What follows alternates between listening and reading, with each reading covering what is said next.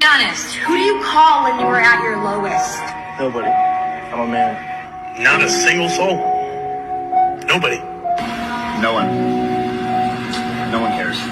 Nobody. I'm a guy. Nobody gives a Well, to be honest, nobody really gives a when you're a guy. If I'm being completely honest, no one. Cole? Who am I call? Ghostbusters? Oh man, No one. Not a single person. We ask for help. It feels like you feel. So we don't do it. No one. We can call somebody?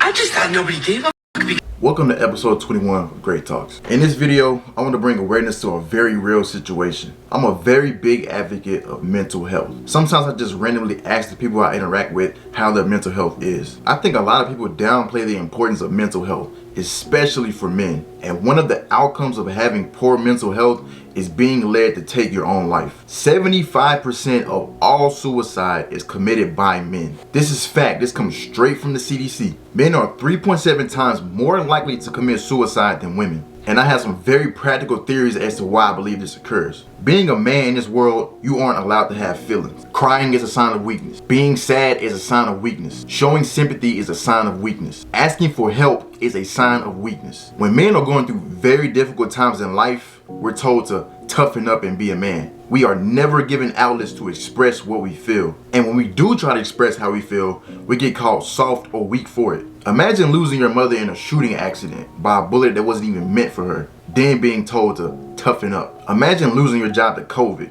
and you're struggling to make ends meet, then you get told, be a man and figure it out. But when we hear about a man taking his own life, we question why he just never opened up and talked about it. It's because it's not allowed. I know someone who dealt with real issues and tried to open up about it. Guess what they said to him? Stop being a punk and go change your tampon. Look, y'all can say I'm capped if you want to, but this is real life. Men are criticized for expressing their emotions and then are criticized when they don't. So we are forced to silently deal with issues in the dark, all alone, and that will cripple anyone's mental health. The only thing that saved me from being a statistic is my relationship with God. But a lot of men genuinely feel that they are all alone, and most people only tend to care when it's too late. Here's another real story. There was a guy who had a significant other, and he told her everything that bothered him, including all his insecurities. Insecurities that men are not allowed to have. One day, they had a disagreement about something. They started to argue, and the next thing you know, she threw everything back in his face. Everything that the guy had confided in her, she used it against him. So tell me, what is she supposed to do? I promise y'all can think I'm making this stuff up, but the ones who actually live through this know this is reality. I don't like speaking in generalities, and of course this is not true for every single man, but what I'm talking about is reality for a lot of people. I have someone who's close to me who dealt with depression. He told his family what was bothering him,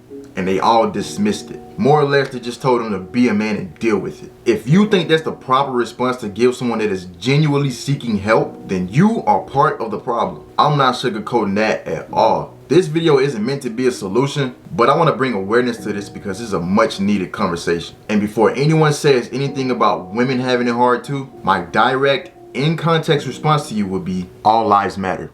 goodbye. Team Reez. Thanks for watching. Click here to subscribe and click here to watch more videos.